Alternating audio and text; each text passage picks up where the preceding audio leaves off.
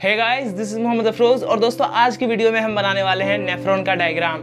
तो दोस्तों इस वीडियो में मैं आपको बताऊंगा कि कैसे हम इजीली नेफ्रॉन का डायग्राम बना सकते हैं। एंड देन दोस्तों इसी वीडियो में मैं आपको बताऊंगा कुछ इंपॉर्टेंट क्वेश्चंस इस डायग्राम से रिलेटेड जो कि बोर्ड एग्जाम्स में पूछे जा सकते हैं। तो दोस्तों अगर आप और भी ऐसे वीडियोस देखना चाहते हैं तो आप सिंपली हमारे चैनल पर विजिट कर सकते हैं। मैंने वहां पर ऑलरेडी बहुत सारे वीडियोस बना के अपलोड किए हुए हैं। तो दोस्तों अगर आपको वीडियो अच्छी लगती है तो प्लीज इसे शेयर करें उन बच्चों के साथ जो 10th के बोर्ड एग्जाम्स को दे रहे हैं। तो चलिए दोस्तों आज की वीडियो को शुरू करते हैं। तो गाइस सबसे पहले हम कुछ इस तरह का एक ओवल शेप ड्रॉ करेंगे। एंड देन दोस्तों ओवल शेप ड्रॉ करने के बाद कुछ इस तरह से हम लोग एक कर्व शेप बनाएंगे। एंड दोस्तों यहाँ पर लाके कुछ इस तरह से उसे फोल्ड कर देंगे। दोस्तों अगेन अब हम इसको डबल लाइन करेंगे कुछ इस तरह से। एंड सिंपली जैसा हमने पहले किया था यहाँ लाके कुछ इस तरह से अगेन हम लोग फोल्ड कर देंगे। गाइस उसके बाद से हम लोग इसी लाइन को कुछ नीचे इस तरह से लाते हुए अगेन कुछ इस तरह से फोल्ड करेंगे। एंड देन फिर इसे डबल लाइन करते हुए कुछ इस तरह से हम लोग इसे नीचे ले आएंगे।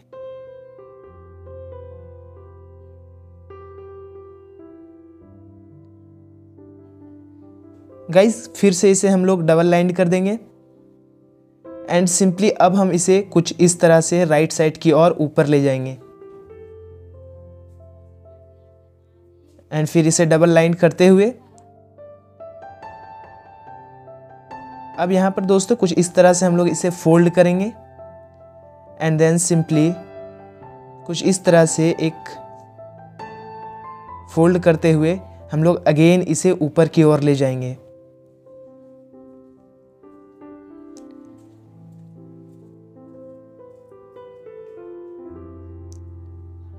गाइस कुछ इस तरह से अगेन फोल्ड करने के बाद अब हमारा जो ये ट्यूब्यूलर पार्ट ऑफ नेफ्रॉन है वो कुछ इस तरह से हमारा तैयार हो चुका है।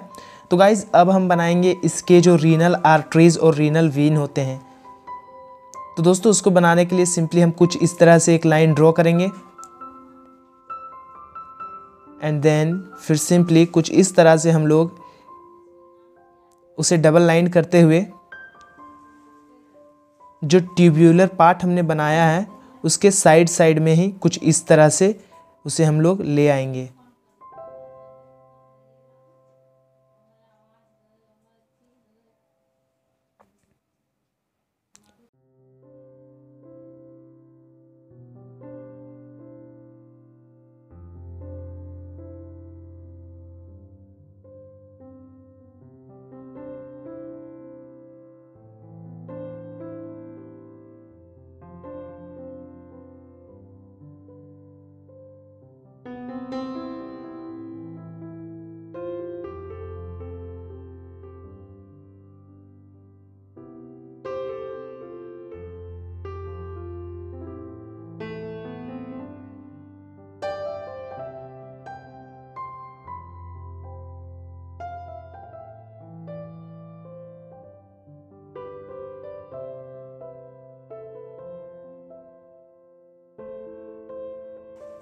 गाइस कुछ इस तरह से अब रीनल आर्टरीज को ड्रॉ करने के बाद अब हम लोग इसे कुछ राइट साइड में इस तरह से ड्रॉ करेंगे। गाइज़ मैं यहाँ आपको ये वीडियो स्टेप बाय स्टेप बता रहा हूँ ताकि आप इजीली एग्ज़ाम में इसे बना सको एंड जल्दी से जल्दी बना सको, क्योंकि एग्ज़ाम में टाइम बहुत इंपॉर्टेंट होता है। एंड अगर आप डायग्राम बनाने में ज़्यादा टाइम लोगे तो फिर क्वेश्चन आंसर नहीं लिख पाओगे। इसलिए आप जल्दी से एग्ज़ाम में डायग्राम बना सको इसलिए आप ये स्टेप फॉलो कर सकते हो एंड एग्ज़ाम में डायग्राम बना के अच्छे नंबर ला सकते हो। देन गाइज़ हम लोग कुछ इस तरह से अब इसको ड्रॉ कर देंगे।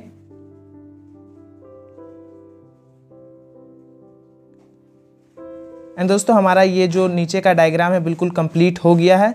तो जितने भी लाइन ओवरलैप कर रहे थे उनको हम इरेज कर देंगे। उसके बाद से हमारा डायग्राम कुछ इस तरह से दिखेगा। अब गाइज़ जो ये रीनल वीन्स होते हैं और रीनल आर्टरीज होते हैं उनको हम लोग ड्रॉ करेंगे कुछ इस तरह से। गाइज़ आप सिंपली ये स्टेप फॉलो कर सकते हो एंड ईजिली नेफ्रॉन को ड्रॉ कर सकते हो।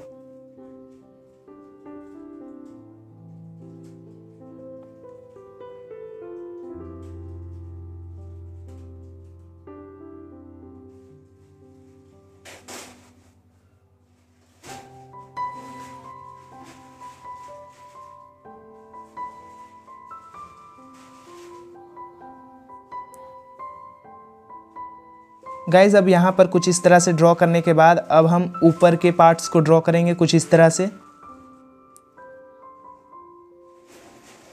दोस्तों फिर सिंपली हमने फिर जो लाइन ओवरलैप कर रहे थे उनको इरेज कर दिया है, आप भी कुछ ऐसा ही करें। एंड अब हम यहाँ के जो नेफ्रॉन के जो वीनल आर्टरीज एंड रीनल वेन्स हैं उनको ड्रॉ कर लेंगे। सिंपली हम लोग वही स्टेप फॉलो कर रहे हैं जो हमने प्रीवियस में किया। एंड ड्रॉ करने के बाद सिंपली हम लोग वही करेंगे जो हर बार करते हैं कि जो लाइंस ओवरलैप कर रहे हैं उनको इरेज कर देंगे। गाइज ये डायग्राम बुक में बहुत ही कॉम्प्लिकेटेड दिखता है, लेकिन आप अगर इसे 1 से 2 बार प्रैक्टिस कर लेते हो तो आप ये इजीली बड़े आसानी से बना सकते हो। एंड एग्ज़ाम्स में ऐसे क्वेश्चन पूछे जाते हैं जिसमें डायग्राम के साथ साथ क्वेश्चन भी दिया हुआ रहता है। एंड उस क्वेश्चन किस प्रकार का होता है वो मैंने इसी वीडियो में आगे बताया हुआ है, तो आप वीडियो को आगे तक ज़रूर देखें। गाइज अब कुछ इस तरह से ड्रॉ करने के बाद अब जो लाइंस ओवरलैप कर रहे हैं हम उनको इरेज कर देंगे। एंड इरेज करने के बाद कुछ इस तरह से अब हम अपने डायग्राम को कंप्लीट कर लेंगे। गाइज अब बारी है हमारा यहाँ पर कलेक्टिंग डक्ट बनाने का, जो हम स्केल से कुछ इस तरह से बना देंगे। एंड ये ट्री के ब्रांचेस जैसा रिसेंबल करता है तो हम इजीली इसे बना सकते हैं। एंड दोस्तों कुछ इस तरह से अब हम लोग ड्रॉ कर देंगे।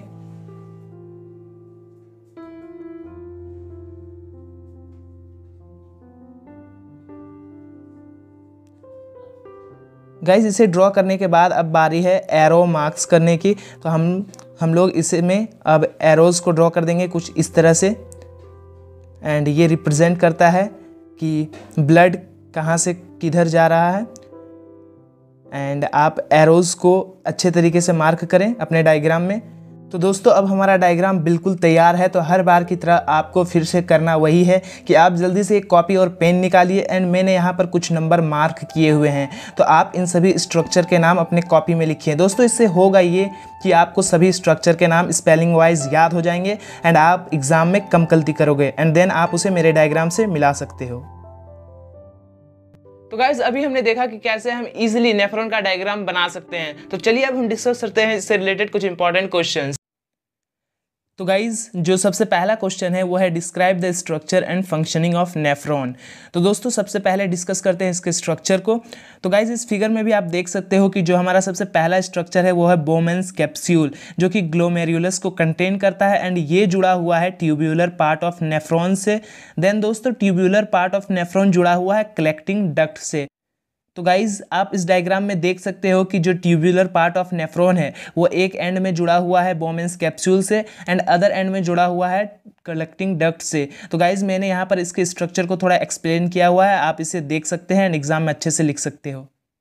तो गाइज़ अब हम डिस्कस करते हैं इसके फंक्शन के बारे में। तो दोस्तों जो पहला फंक्शन है वो है फिल्ट्रेशन, जो कि बोमेन्स कैप्सूल में होता है। एंड वहाँ पर ब्लड को फिल्टर किया जाता है, देन वो पास करता है इन द ट्यूब्यूलर पार्ट। तो दोस्तों जब वो ट्यूब्यूलर पार्ट में होता है तो वहाँ पर रीअब्जॉर्प्शन होता है, जैसे कि glucose, amino acid and other useful substances को रीअब्जॉर्ब कर लिया जाता है। एंड दोस्तों देन थर्ड जो इसका फंक्शन है वो है ट्यूब्यूलर सिक्रेशन, जो कि H+ सिक्रीट करता है। एंड इस कारण से जो ब्लड का pH होता है वो मेंटेन होता है। तो गाइज मैंने यहाँ पर इसको एक्सप्लेन किया हुआ है, आप इसे अच्छे से देख सकते हैं, एग्जाम में अच्छे से लिख सकते हैं।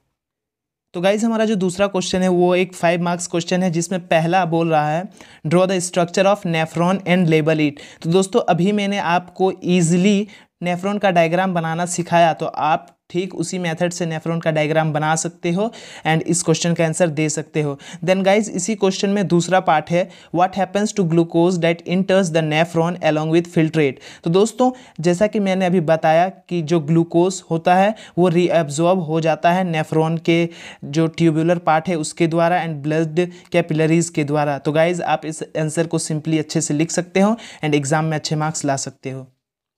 तो गाइज ये थे कुछ इंपॉर्टेंट क्वेश्चंस नेफ्रॉन डायग्राम से रिलेटेड। आई होप कि ये आपके एग्जाम प्रिपरेशन में मदद करे। तो दोस्तों अगर वीडियो आपको अच्छी लगी तो एक लाइक करें, चैनल को सब्सक्राइब करें ऐसे ही वीडियोस के लिए एंड बेल आइकन को प्रेस करें ताकि आपको नोटिफिकेशन सबसे पहले मिल सके जब भी हम कोई वीडियोस अपलोड करें। तो दोस्तों मिलते हैं अगले वीडियो में, तब तक के लिए be safe, goodbye and have a good day.